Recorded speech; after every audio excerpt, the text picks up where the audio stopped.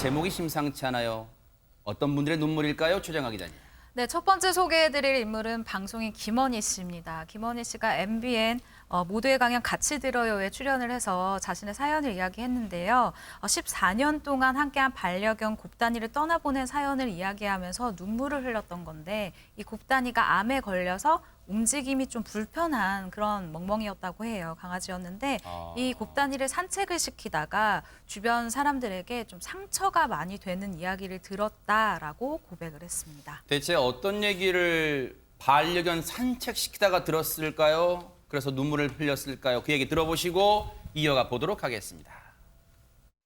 하고 심장하고 안 좋으니까 암이 뼈암으로 이렇게 전이 돼가지고 큰 대형견이라 수명이 또 이렇게 소형견보다는 또 짧았고 저는 사실 아이를 안 가진 케이스거든요. 저는 사실 제 선택에 의해서 가지지 않은 거예요. 근데 저도 그 강아지가 너무나 아파가지고 거동을 못 하는데 산책을 그렇게 좋아해요. 그러면 걔를 위해서 유모차를 샀어요. 걔를 데리고 다니면 주변에서 그게 나쁜 뜻으로 한 게 아니라 아이고 애를 낳아야지 걔를 그렇게 데려다니까 그 얘기를 자꾸 듣다 보니까 못 갖고 나갔어요. 그래서 그거 타보지도 못하고 그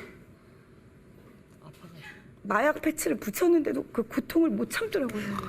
그리고 근데 숨이 끊어지질 않아요. 그래서 남편하고 안 되겠다. 걔는 정말 우리 딸이거든요. 그래서 2주간을 정말로 평생 해주지 못한 그 사랑을 그냥 다 줬어. 곱단이가 갑자기 이렇게 딱 일어나 저를 보는 눈이 이제 갈게 이런 눈이더라고요. 그래서 마음에 딱 확신이 왔어요. 아 이제는 데리고 있는 게 그냥 인간의 욕심인 것 같아. 사실 저 마음은 반려견을 또는 반려동물을 키워보신 분들은 상당 부분 공감하실 거예요. 14년, 무려 14년입니다. 그러면요, 사람으로 치면 정말 오랜 세월을 같이 한 거예요. 박성배 변호사님. 김원희 씨는 암에 걸려서 거동이 불편한 곱단이를 산책시키려고 유모차를 샀지만 보신 것처럼 한 번도 태워보지 못한 채 영영 떠나보내야 했다고 합니다. 곱단이는 자신들의 딸이었다고 얘기를 하는데 이 곱단이가 아파서 숨도 제대로 못 쉬면서도 엄마 아빠를 보면 반가워서 벌떡벌떡 일어났답니다. 떠나보내기 몇 주 전에는 집 1층을 병실처럼 꾸며두고 자신과 남편 사이에 곱단이를 둔 채 누워서 한참 동안을 지냈다고 합니다. 아하. 곱단이 14년 동안 키웠던 바로 저 반려견입니다. 떠나보낸 지 1년 됐대요. 그런데 지금도 곱단이 생각하면 눈물이 나오나 봐요. 최단비 변호사님. 네, 김원희 씨가 얼마나 이제 애지중지 키웠냐 하면 평소에도 방송국에도 데리고 다닐 정도로 정말 애지중지하게 곱단이를 아꼈다고 해요. 근데 이제 곱단이가 이제 하늘로 가기 직전에 SNS에 글을 남긴 걸 보면 어제 그제 밤에 곱단이와 마지막 작별 인사를 몇 번이나 했는지 14년간 우리 부부가 해준 게 너무 많아서 남은 시간 보답하고 싶다, 사랑해 이러한 글을 남겼는데요.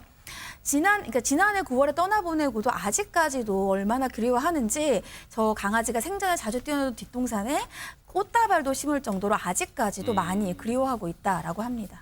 근데 김원희 씨가 앞서 반려견 곱단이와의 그 사연을 이별을 전하면서 정말 꺼내기 어려운 얘기를 했어요. 최정아 기자님.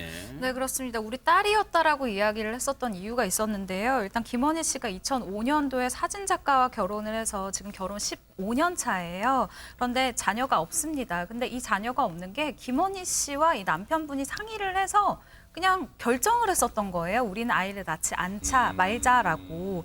그런데 아무래도 주변에서는 특히나 15년 전, 10년 전에는 이런 물어보는 이야기가 신뢰라고 생각하지 않고 그냥 지나가는 말로 툭툭 던지는 일들이 굉장히 많았었던 거죠. 그래서 그 이후로 점점 이제 말하지 않기 시작했고 주변에서도 더더욱 물어보지 않기 시작하는 거예요. 그래서 말할 기회가 없었는데 이번에 이야기를 한 것이 나는 딩크족은 아니다. 그런데 임신 생각이 없었다. 뭐 아이들도 좋아하지만 뭐 내가 자매가 또 많아서 아이를 안 낳은 것도 뭐 자매들의 그 조카들도 있잖아요. 그래서 별로 그래서 생각이 없었고 아이에 대한 조급함이 없었다. 권장하진 않지만 나는 지금 내 삶에 만족을 한다라고 솔직한 이야기를 이야기했습니다. 네. 김은배 팀장이 우리가 이제 일반적인 일반적으로는 우리 그렇게 생각하잖아요. 결혼 생활이 오래되면 부부 사이에 아이가 있어야지 더 이 가정 화목해지는 또 이 중간지대 완충지대 된다 이런 말 하는데 그럼 김원희 씨 부부는 그 부부 금실이 어떨까요? 부부금실이 상당히 좋다고 합니다. 김원희 씨가 20대 때 그 2살 연상의 사진작가를 만나가지고 15년 동안 연애를 했다고 그래요. 네. 연애를 했고 15년 동안 결혼생활을 했습니다. 30년 동안 결혼생활을 한 건데 총 포함해가지고. 그런데 아마 그 김원희 씨가 방송국에서 일이 끝나면 집까지 데려다 줬다는 거예요. 아마 말 들어보면 매일같이 만났다고 하는데 네. 못 만날 때가 있었습니다. 네. 그 남편분이 유학 갔을 때만 빼놓고는 매일같이 만났거든요. 그리고 이 말이 참 가슴에 와 닿는데 김원희 씨가 이런 말을 합니다. 아, 신랑을 위해서라면 목숨을 바칠 수 세상에. 있다라고 말했는데 그렇다 그러면은 그 신랑분도 신부를 위해서는 목숨을 바쳐야 하겠죠. 그렇죠. 아마 그런 서로 간의 믿음이 있기에 정말로 16년간의 뭔가 부부 금실이 이어지지 않나 이런 생각을 해봅니다. 반려견 곱단이도 행복하게 바라보고 있을 거예요. 정말 감사하게요. 다음으로 눈물 흘린 분은 누굴지요? 영상으로 만나보시고 이어가 보도록 하겠습니다. 우연찮게 사랑과 전쟁 한 편을 딱 찍었는데 그게 10년을 하게 된 거예요. 왜냐하면 26살짜리 어린 친구가 시키면 시키는 대로 다 해. 그 뭐 나이 많은 언니들 사이에서 막 슬립 입고 뛰어다니면서 유부남 꼬시라고 잘 꼬셔 연기하면서 뭐 26살짜리가 뭘 알겠어요. 경험이 너무 없는 거야. 그러니까 요만큼의 뭐 재책이나 뭐 두려움 없이 뭐 이 가정을 파탄내는 건 그냥 기가 막히게 그냥 그런 연기를 망설임 없이 해버린. 근데 사람들이 저를 배우로 안 봐주는 것 같고 아직까지도 사랑과 전쟁 그 언니, 사랑과 전쟁 민지영, 뭐 국민 불륜녀, 막 이렇게 저를 생각해 주시기 때문에.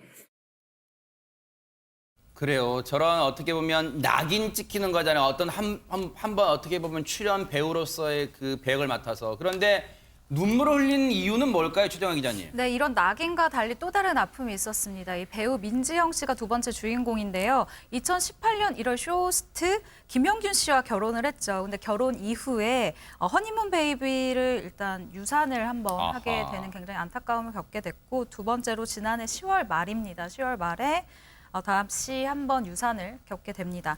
근데 민지영 씨가 이렇게 이야기를 해요. 40살에 유산을 했는데 다 내 잘못 같더라.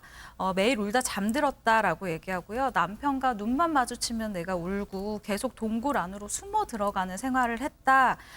굉장히 어두운 세계에서 어두운 마음으로 살았다라고 고백을 했습니다. 세상에 한 번도 아니고 최단비 변호사님 두 번이나 아이를 떠나보낸 심정, 이거 진짜 공감하기 어려워요. 다른 사람들은요. 네, 그러니까 얼마나 이게 마음이 아팠냐 하면 민지영 씨가 얘기를 하기로 이제 아이가 심장이 안 뛰잖아요, 유산을 하면. 근데 심장이 안 뛰는 그 아이를 뱃속에 보름을 그대로 품고 있으니까 수술을 안 하고 그러니까는 그 염증이 생길 정도로 자신이 아이를 포기하지 못했다는 거예요. 그런데 이렇게 슬픔을 어떻게 극복했냐면 남편과 시댁의 응원과 지지 덕분에 이러한 슬픔을 극복할 수가 있었다. 그러니까 시아버니가 이제 아무런 일이 없는 것처럼 전화를 해서 왜 전화를 안 해? 이렇게 얘기를 하셨다는 거예요. 그러니까 마치 아무런 일이 없는 것처럼 나를 위로해주고 싶으셨구나 이러한 생각이 들어서 빠져나올 수가 있었고 또 남편도 내 생일인데 그거 알아? 이렇게 물어봤다는 아하. 거예요. 아니 이런 상황에 당신 생일이 무슨 상관이야라고 얘기를 생각을 하는데 남편이 한의원에 가서 몸이 건강해지는 한약을 먹자라는 얘기를 했대요. 아하. 그 얘기가